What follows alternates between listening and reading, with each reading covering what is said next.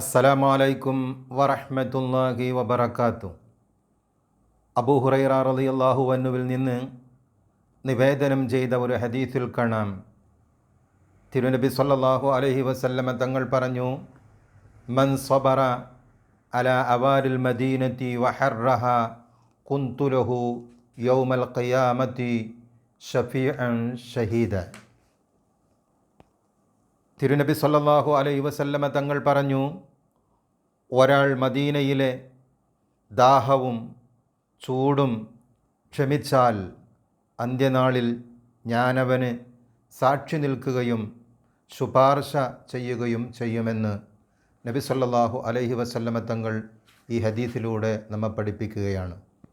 അപ്പോൾ മദീനയെ നാം ഒരിക്കലും കുറ്റം പറയരുത്.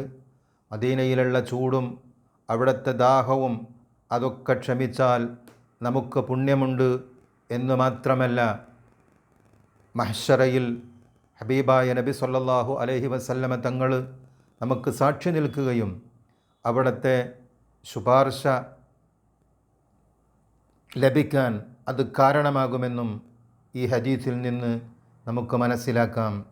അല്ലാഹു സുബ്ഹാനഹു വ തആല ഹബീബായ നബി സല്ലല്ലാഹു അലൈഹി വസല്ലമ തങ്ങളുടെ ശുപാർശയിൽ ഉൾപ്പെടുന്ന മുഅ്മിനീങ്ങളിൽ അള്ളാഹു നമ്മെ ഉൾപ്പെടുത്തട്ടെ.